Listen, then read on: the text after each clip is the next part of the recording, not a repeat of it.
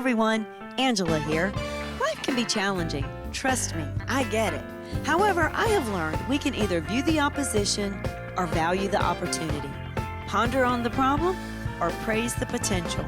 Focus on the situation or find the solution. Despite the current circumstances you're going through, I invite you to join me today as we embark on a grand adventure to discover the reasons why it's a good time to be you. Here's the encourager herself, making every day a good day, Angela Henderson. Hey everyone, welcome. And we are so excited to have you today. Thank you for being with us here at It's a Good Time to Be You. We just love having you. And speaking of love, love is a big word. The Beatles sung about it, all you need is love. Love makes the world go around. Dionne Warwick used to sing, what the world needs now is love, sweet love. And those statements are very true. We need love, unconditional love. Mother Teresa said, you want to change the world? Go home and love your family. And so today we're going to hear a beautiful story and a beautiful message of inspiration, but about love, unconditional love. And so we're so glad that you are here today so that we can share that with you. Our guests today are Steve and Laura Droz, and they have an amazing story of just love and reconciliation and trust and just unity. And so we're looking forward to sharing that with you. Before we do, though, I want to bless each one of you that's here. And so I'm going to ask you, if you would, when I call on you or point at you, if you will just please stand up and share your birthday. We believe in life. We celebrate life. We love life. And so we want to be able to celebrate with you and kind of give you an idea of the thought behind you, okay? So I'm going to ask this gentleman right here in the blue shirt if he'll stand up. All we need is just your date and your birthday as far as the month and the day. It's October 30th. October 30th. I love the month of October. Great things happened to me during the month of October. I got married as well as gave birth to my baby girl. So October's beautiful. It's a time of law and order. It's also a time of new beginnings. It's a time of wealth and business.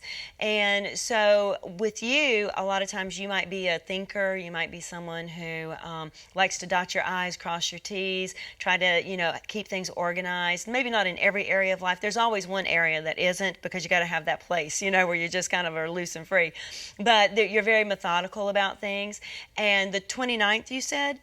The 30th, okay. Oh, that's cool, because the number 30, now don't freak out on me, but I'm going to take you somewhere with this, okay?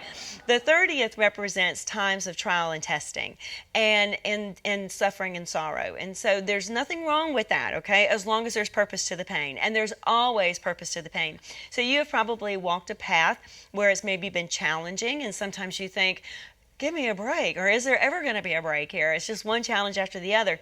But it's because there's a champion inside of you. And so you don't give up easily. You may think about it for a little bit, but then you always get back up and you push yourself along. And so with that being said, God knows that He can take you through some of the more difficult paths and places because He knows that you're going to get to the other side of it. And you're going to be all the better because of it. So it's a good time to be you. Awesome. So thank you so much, everybody, for being here. We've got a really great show for you, and so we're going to take a break, and when we come right back, we will introduce Steve and Laura Droz. See you in a few.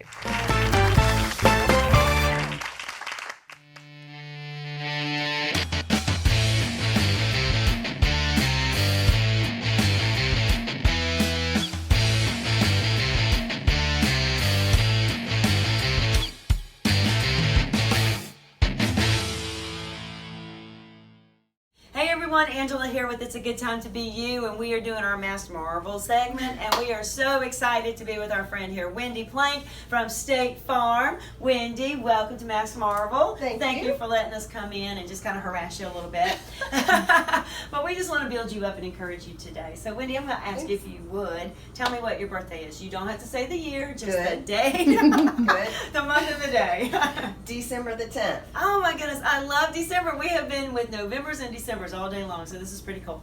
December is a great month because it represents leadership, it represents government, it represents ruling and reigning.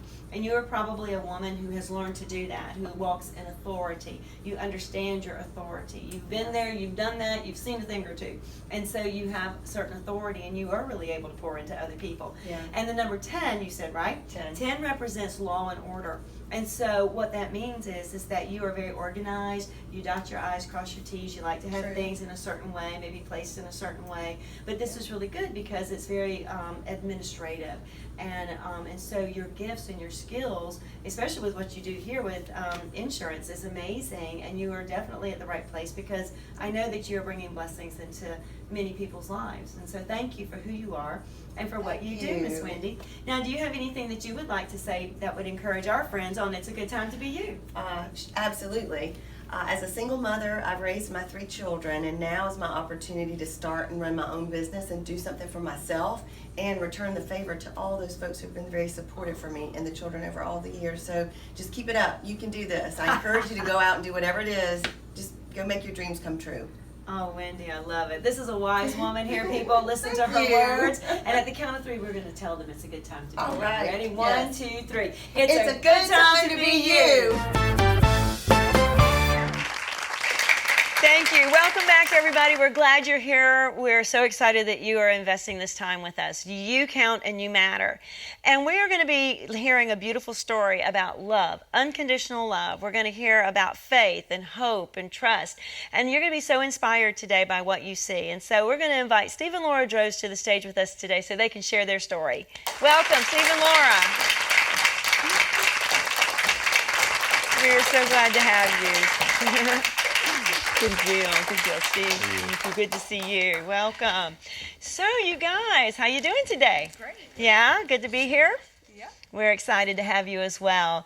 Your story is an amazing story, and so we had heard it. You had shared it one time with us before, and it was just something that was so inspiring and so impacting that I felt like more people needed to hear this, and so we needed to be able to provide a platform for you guys so that you could just inspire other people, give people hope, and so Steve, I'm just going to ask you briefly, if you would mind, share with us, how did you and Laura meet? I needed a haircut, and so I was told about this place on Rivers Avenue called Salon Excellence. And so I went and visited, and that's how I met her. But when we were getting ready to schedule me to actually get one, they told me about their prices. And I said, well, I don't have that today. She said, well, we'll have to reschedule you. And so anyhow, I got to talk to her, and we met again on the next cut. And she happened to own a boat, and I owned a truck. And so she said, well, let's go out and hit it off on the water and go out on a date. We just started off as real good friends. And so that's how we met. That's really simple. So beautiful. 32 years ago.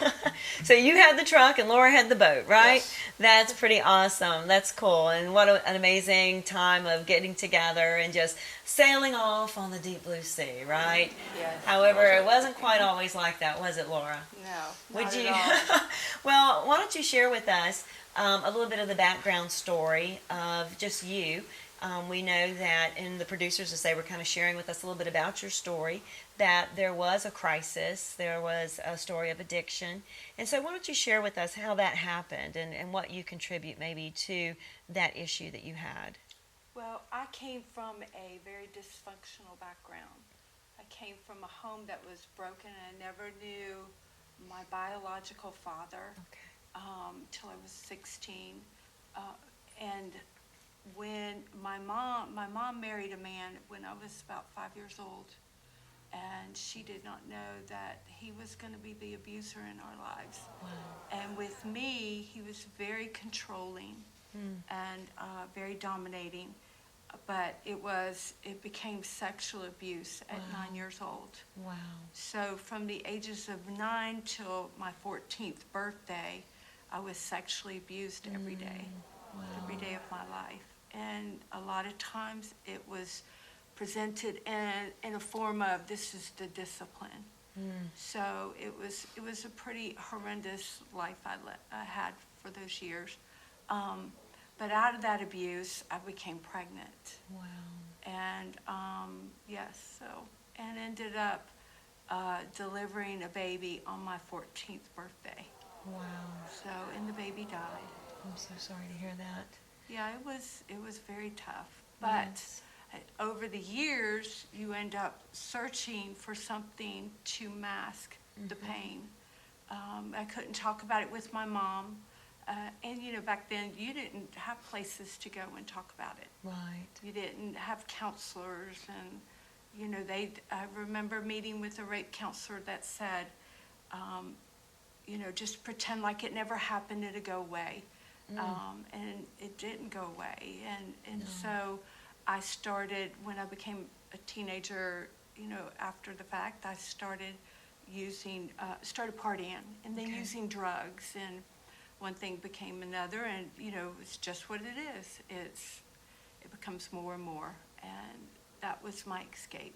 Wow. So my escape became from pot to LSD and cocaine, and then you know, that went on for many years. Wow. Many years of partying.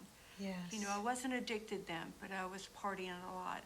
So I graduated high school, became a hairdresser, and then I went to met Steve, and we ended up getting married, and he knew nothing. Yeah. He knew nothing about the shame of my past, and it Wow. was extremely shameful. I never talked about it. And I had convinced myself that it only happened, you know, once or twice, but it wasn't like that. So, Right. and we had a very terrible marriage. So I eventually ended up in a full-blown crack addiction. Okay. Full-blown. And it was probably 2 years after we had our daughter, because it opened up the wounds of the past. Yes, it did. I can Yes, imagine. it was no more running from it. Right. So. But that is when probably 3 months after, I just couldn't cope anymore, and that's the first time I used crack. Yes. And I ended up becoming a full-blown crack addict. Yes.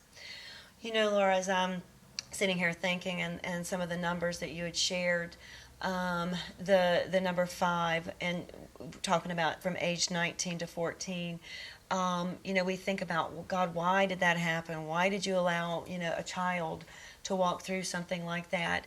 But 5 represents grace, and God's grace is sufficient. You know, even in our weakness, His strength is made perfect. And you were subjected, you know, to someone else's issue, and someone else had the problem, and it was just inflicted on you. But God gave you grace during those years in order to be able to get through. And so at the age of 14, and delivering, you know, the baby, you know, that is now in heaven and waiting, you know, to be reunited with you once again, you know. But that is the number 14 represents deliverance and release. And so I believe that God was setting a stage for you, even at that time. And it was a painful situation, but He was setting a stage that was leading you into a time of being able to walk away from this. But it wasn't just an easy walk away, was it? No, It got not worse, at and all. it got harder, and it got Yes. difficult. It got so bad that I ended up at 87 pounds, just racking bones, and I never slept. Yeah. It was only by God's grace that I'm alive, and I know Yes, that. yes. Many Wow. dark nights, many. Well, Laura, thank you for sharing this. A break, and we're going to come back, and we're going to talk to Steve, because Steve, you had to make a tough decision at one point in your marriage. So when we come back, Steve's going to share with us that decision that he had to make. So thank you. We'll be right back.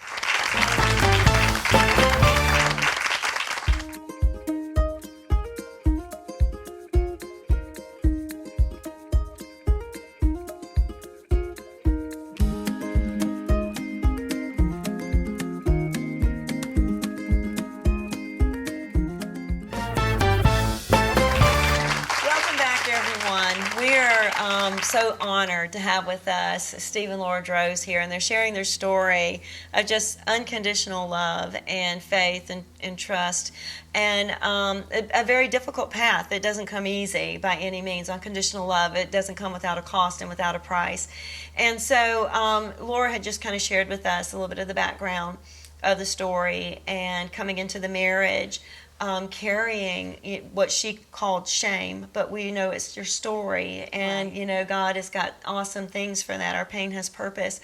But Steve, there was a point in time when you were at a crossroads that you had to make a very difficult decision in order to try to spare your family, spare your relationship, at the cost of whether you would lose Laura forever or not. So what was that choice that you made when you put your own self aside to try to rescue someone that you love?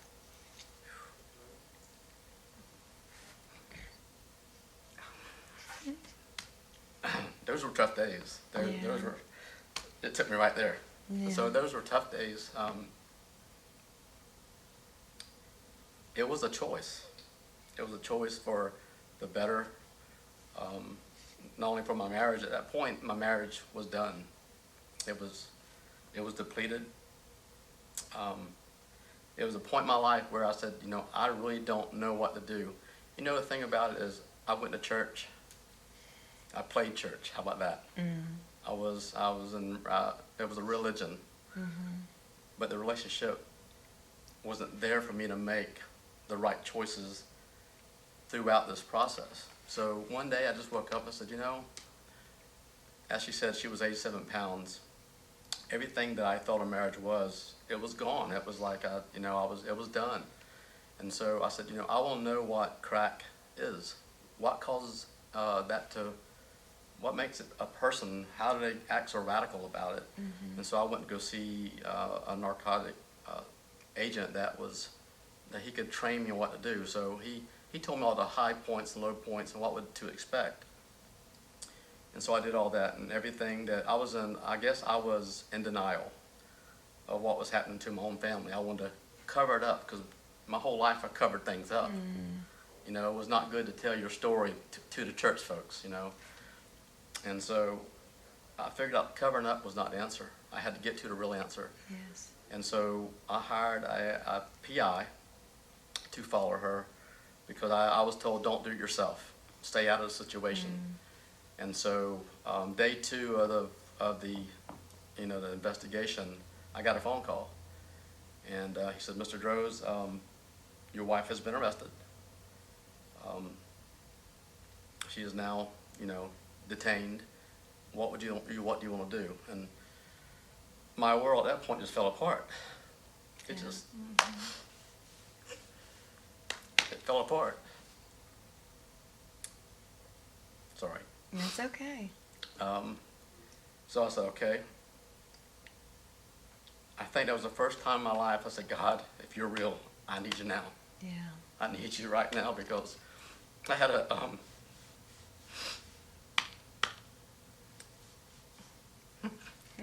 don't do this. I have a 2-year-old daughter. She's 26 now.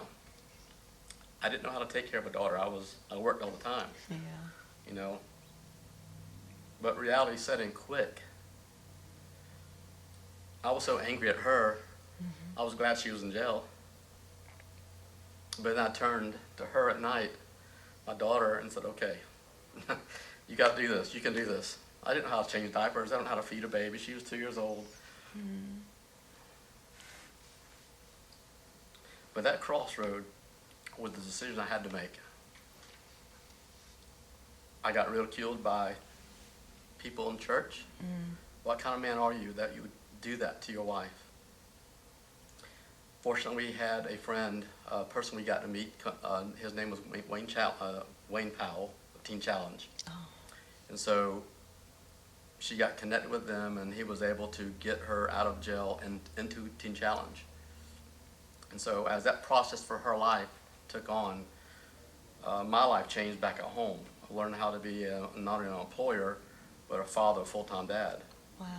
And so that decision that I made was full on saying, okay, Steve, you got to get up every morning and you got to do this. You got to do this walk. Mm-hmm. But I learned something about myself. You know, What was that? you never know that you have faith until you've been in a good fight. And I was in a fight of my life. Yeah. You know, my daughter, you know, at night, where's mommy? Where's mommy? Where's mommy? So I lay and hold her and cry and try to take care of her and do the best I can and get her next morning. And I didn't know how to put a dress on a girl. Thankfully, she went to a private school, so I was able to do this something a little differently. But all that was a big part of the decision I made. Yes. And so it's then when life became real. And as she was in Teen Challenge, it just processed into something that kept changing. It kept changing to something new. Yes. And so that was it. Wow. I can't imagine having to make a decision like that. But I know that, again, we're looking back and grace seems to be a factor here as well. And just seeing that God gave you grace in order to be able to do that and make a tough love choice, not really knowing where this was going to end up and what was going to happen, especially with a daughter, you know, now that was also in the mix, being 2 at that time. But Laura, what was the separation period like while you were at Teen Challenge? What was happening in you? Well, before I got arrested, it was the day before, actually. I remember sitting on our front porch saying, God, if you're really real, do something, because I didn't know God. I didn't know the Lord at all. And it was the first time I knew my words to him were real. And he did something. It wasn't what I expected, but I couldn't see that then, but I Right. seen it later. Yes. So, I was in a holding cell for 24 hours. Then I went to a friend's house while we prepared for me to go to Teen Challenge, and sat down with Steve and told him what happened, because I went to church Sunday afterwards and gave my life to the Lord in the holding cell. And there was a prophetic word that God gave me that I was so shocked that he displayed my entire past through that word and through my prayer time with him. Wow. Of why I used drugs, of, it was so detailed. So that helped me a lot. Then I sat down with Steve. He was totally shocked. Wow. And then I went to Teen Challenge about a month later, entered the program, and there it was, I walked through the door and I was ready. Okay, let's do this. I got to get home. Awesome. I got a daughter, because when I was on the front porch with the Lord that day, I also said, she doesn't deserve a mom like this, and he doesn't deserve a wife like this. So, How amazing, Laura. If I can interject here, because again, numbers, I always tell people that God has a sense of humor when he uses me with numbers. Math was my weakest subject, so me and numbers didn't get along back in the day, but I love the meanings behind them. And so when you mentioned about being in the holding cell for about 24 hours, 24 represents priesthood. And so God was preparing you for something different. He was preparing, you for the ministry that lied beyond the situation and what was getting ready to happen. And so, it sounds like it was rather quickly. Once you made up your mind, you made up your mind. Yes, That's- that is the way I am. Once Wow. my mind, it takes me a while to make my mind, but once I make it, it's made up. But, That's amazing. While I was at Teen Challenge, it's a 24/7 program, and I just dove into learning about the Lord and spending time with him and learning about the things that made me tick. And believe it or not, my roommate was even just like him. How wonderful is that? The Lord used her in my life a lot too. That is so beautiful. Yeah. So it was a very good time. Yes. And Awesome. yeah. Well, that is great. Well, when we're getting ready to take a break, but when we come back, we want you guys to share what was the reconciliation period like for you guys after that time of separation. But first, we're going to go to a commercial break. Hey everyone, Angela here. Have you ever wondered where I got this phrase, it's a good time to be you? Well, I am excited to share with you. It's going to be in my upcoming book entitled, It's a Good Time to Be You. So I look forward to sharing it with you. Be checking it out on Amazon.com coming real soon. Welcome back. Welcome. We are here with Steve and Laura Droz, and they have been sharing their amazing story with us. And again, we're just so honored to have you with us. And it's such an empowering story, impactful, and it just really pulls at your heart just to know the love, not just for a man and his wife and a wife for her husband, but also God for us. I mean, how amazing is his love? There's no end to it. So, Laura, you were bringing us to a place where you were talking about the separation period and kind of what was going on and happening for you at that time. And we know Steve was playing Mr. Mom. But what about afterwards, the reconciliation? Steve, what was that like? And how was it when in building the trust factor again in the relationship? How was that for you? Well, it was probably in the 6 months period that as I was being made whole within, you have to be healthy to be a healthy, leader and a husband. But at that point, I already had the paperwork to file for divorce. So everything was set for a divorce. It was that bad. A friend of mine at that time said, Steve, you need to take your daughter and she needs to see her mother. And I was so mad at this guy. I was so upset that I was being asked to do that. But I thought about it and I agreed. I said, okay, that's the right thing to do. It's the right thing to do. So Christina, the whole time, she was laughing and carrying on, can't wait to see mommy and all. And I was crying the whole time with anger. What the face was about the face. And so the beautiful part about it is where Teen Challenge was. It was in the hills of North Carolina. And going through there, it's just a happy place. Cows and horses everywhere. So as we got closer to the facility of Teen Challenge, I felt myself tightening up and getting nervous and what's next? I don't want to do this. And here she is getting excited and all. So we drove up and she gets out of the car and we start walking up the hill toward the house and here comes Laura coming out to meet me. And, now get this, when she left, she was 87 pounds. But wow, when I seen her 6 months later, she had been walking up in these hills and she'd been eating good. And she'd been working out. Awesome. And when she come down that sidewalk and I looked at her for the first time, what God did in those few seconds was supernatural. All the hate, all the everything that was inside of me melted like just hot wax off of me. Wow. And I seen her like I met her for the first time. Wow. I had no more, I couldn't even remember the pain. Oh, That's wow. impossible, y'all. Yes. It's impossible to go through something that dramatic. Yes.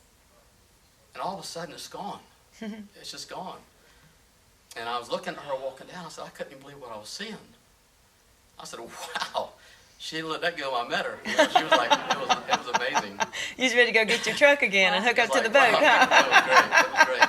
But I seen this glow around her. I'm not making this up. I seen a glow over her head. It's kind of like, there used to be a show on TV called Touched by an Angel. Yes. Well, that was that glow around her. I seen it, and I said, oh my goodness. And at that moment, I believed with everything within me that God did something so supernatural in my heart. Yes. To love her with no strings attached. Amazing. You can't get counsel like that from any degree. But as at that moment, I knew something had changed and clicked. I couldn't explain it. But then I got mad about it because I had to go back home and tell my parents and tell all my friends all the stuff I said of what she did wrong. Now I'm going to take her back. That was tough. That was tough. Oh, wow. And I wanted to take her home that day, but Teen Challenge would not let me. Yeah. So we had to do it right, do it the right way. But it's at that moment I said, God, you're real. Yes. Not just for myself, but for her, for my daughter. Yes. It was the marriage I wanted from the beginning, and I thought I lost it. That is so beautiful, the reconciliation. Oh, how amazing. Now, you've mentioned your daughter many times in this story, and we know that she's a very important part of your life. Can you share with us about the name and your daughter's name, how important that is? Well, when I had the baby out of the abuse, they asked me if I wanted to name her, and I named her Christina. And when I met Steve, of course, he knew nothing because I kept everything from him. And when we had our daughter, we thought it was a boy, and I did not want to let him down again. So I asked him to name her, and he named her Christina. Wow. And had no idea. And I do believe that that is the reason that things started opening up inside of me, but I always loved that name. Amazing. So, and I mean, of course, I've told her about this, and but you know, out of that is Christ. Yes, it Out is. of that name, so the Anointed One, and so I've Yes. always believed that over her life, and yeah. So that's how we came up with that name. I love it. Amazing. Amazing. So, Steve and Laura Drose, share with us, when did you realize, and each one can give me your own story, but when did you realize it was a good time to be Laura Drose? Well, for me, it was when I came, there's so many different times, but one of the ones that really sticks out to me from this story that we're sharing is when I came off the plane to see him. And as soon as I seen him, he just bursted into tears. Aww. And he had, No, not Steve, not Steve.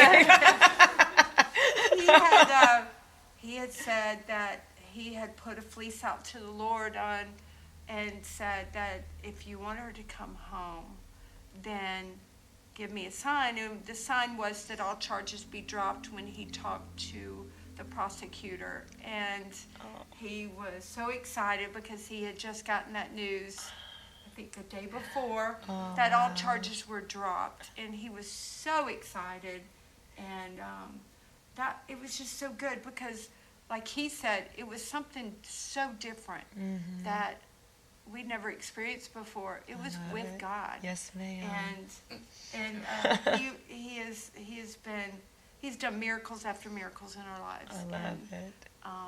Let us go look at what he has done. Amen. So, Steve, when did you realize it was a good time to be Steve Drose? Well, back then, I never heard that phrase before. Good time to be you. Back looking in the mirror, that makes sense. But today, reflecting back on that, it was a good time to see the supernatural in our natural at that time. And Yes. along with that addiction, she had wrote a lot of bad checks. And I told her, I said, Lord, I'll make every one of them right. I'll pay every one of them. And so we went down there to pay them. And they couldn't find the file. Wow. They looked, I said, no, there's a lot of bad checks. I want to make them right today. And no, sir, we've looked. I said, would you please check again? She said, okay, I'll check again. Wow. And she did. She could not find not one single thing. Oh, my And gosh. God had just wiped it all out. Awesome. Thank you for that.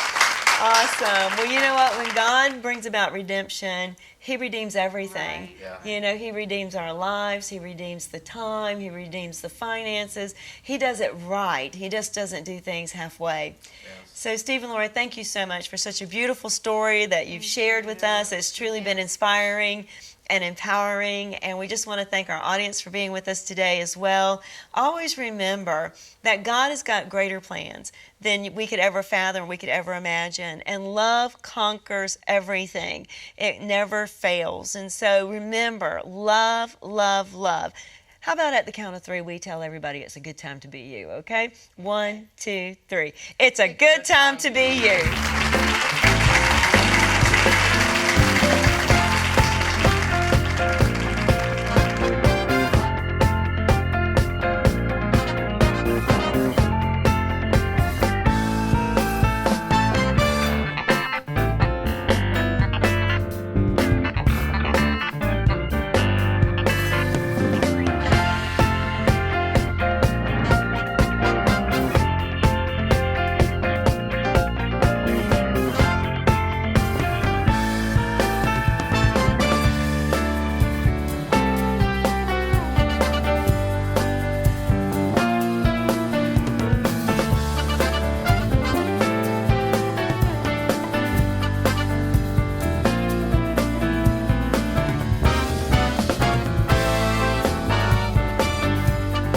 connect with Steve and Laura Droz, just reach out to restoremylifenow@gmail.com. And remember, it's a good time to be you.